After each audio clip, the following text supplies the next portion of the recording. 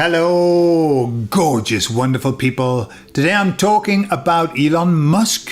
I'm talking about something I saw about Elon Musk that knocked my duck off. And then I'm going to tell you what the emissaries told me about having my duck knocked off. I'll tell you all about it on the other side.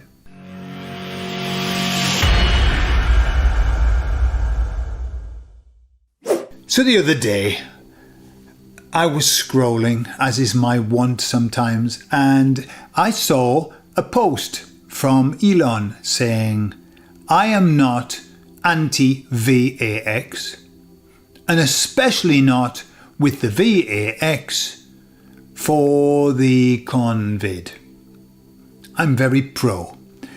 And I thought, that's a really weird thing. That's a really weird thing. You know, because obviously he's hailed as being this, oh my God, wonderful, wonderful. And then there's this really weird thing that he's doing. And then when I looked at it, I discovered that Tesla is one of the major producers of the VAX for Moderna and things like that. And I thought, bastard, we are being tricked. Bastard, they're all in this. It's a plot. And all of that. So I was quite like, I had my duck knocked off. And so I was talking to the emissaries about it, and I said, what, you know, as though they were interested in that anyway. I said, what do you think about that? What about that? And they said to me in their very, very loving but stern way, Gordon, these are all 3D things. When you're looking at 3D things, do not expect to find 5D or 4D or whatever. Don't expect to find gold in a pile of dog shit. That's my words. It's a bit of a more clear metaphor. Don't look for good where there isn't necessarily good. What the kind of the meaning of the message was this. They said, all the actors who are in 3D are acting out their plan, their thing. They're going to do their thing.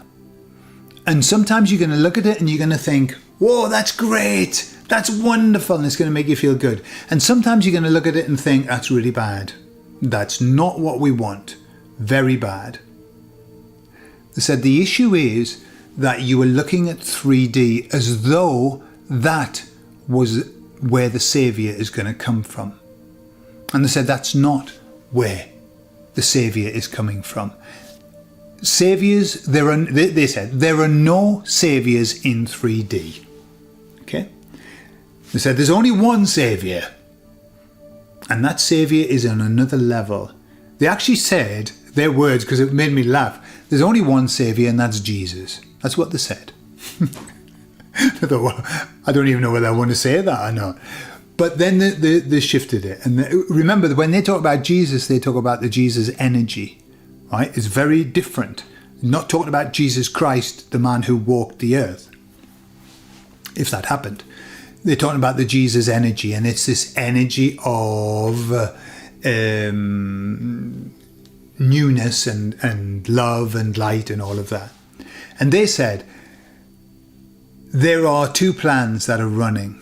There's the 3D plan, which is all, God, it's a mess, right? Because there are so many people working their plan, and then there's this overall plan and all of that. And they said, but above that, there is the plan. And they said, so if you just watch 3D, you're going to think, we're on plan, we're off plan, we're on plan, we're off plan. Oh my God, we're miles off plan. They said, what you've got to do is trust in the bigger, and I'm not quoting from the 17th letter. They just said, just trust that there is a much bigger plan. Right? I think the 17th letter people are talking about the plan here in 3D. There's a big plan. No. The big plan is, as the emissary said, with God. God has written the big plan. And so no matter what happens down here, and the madness and the weird things and the things that don't fit, and the hypocrisies and the lies and all of that. That's not part of the big plan. That's just the confetti that's been thrown down here. And I think that advice about there are no saviors here in 3D. I think that's something that we've all had to learn. And there was a point early on where everything was going to be Mr. T and he was going to save the world and all of that. And we learned that that wasn't the case. The hard way, the disappointing way. But once you understand that there are no saviors here, then you don't get attached.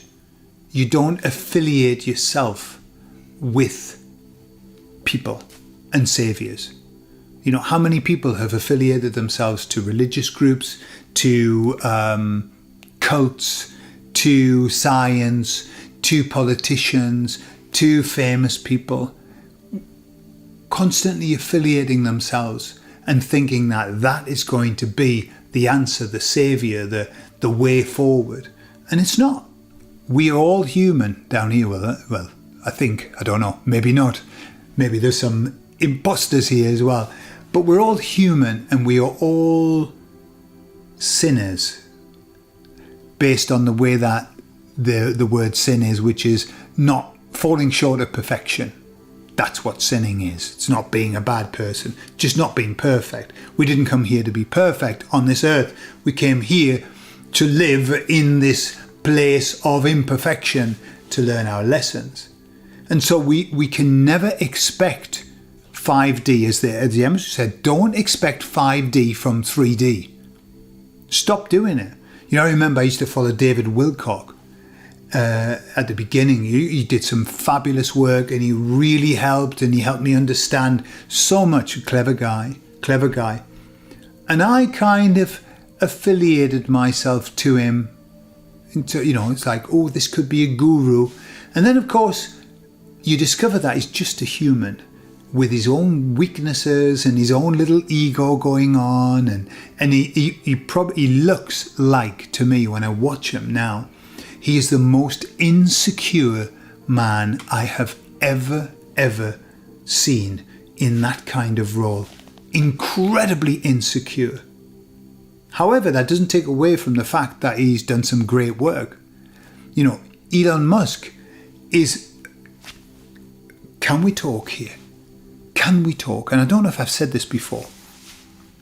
Elon Musk is hailed as the Einstein of the 21st century. He's hailed as the Tesla of the 21st century. He is spoken about in terms of being the most intelligent genius on planet Earth.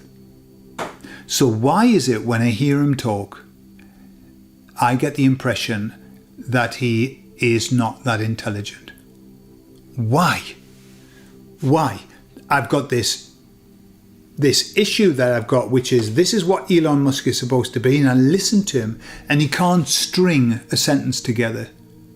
There's no fluidity. I know that people say, because he's got a bit of something, Asperger's or whatever, and so he finds it very difficult to communicate and everything. I don't know. Just weird.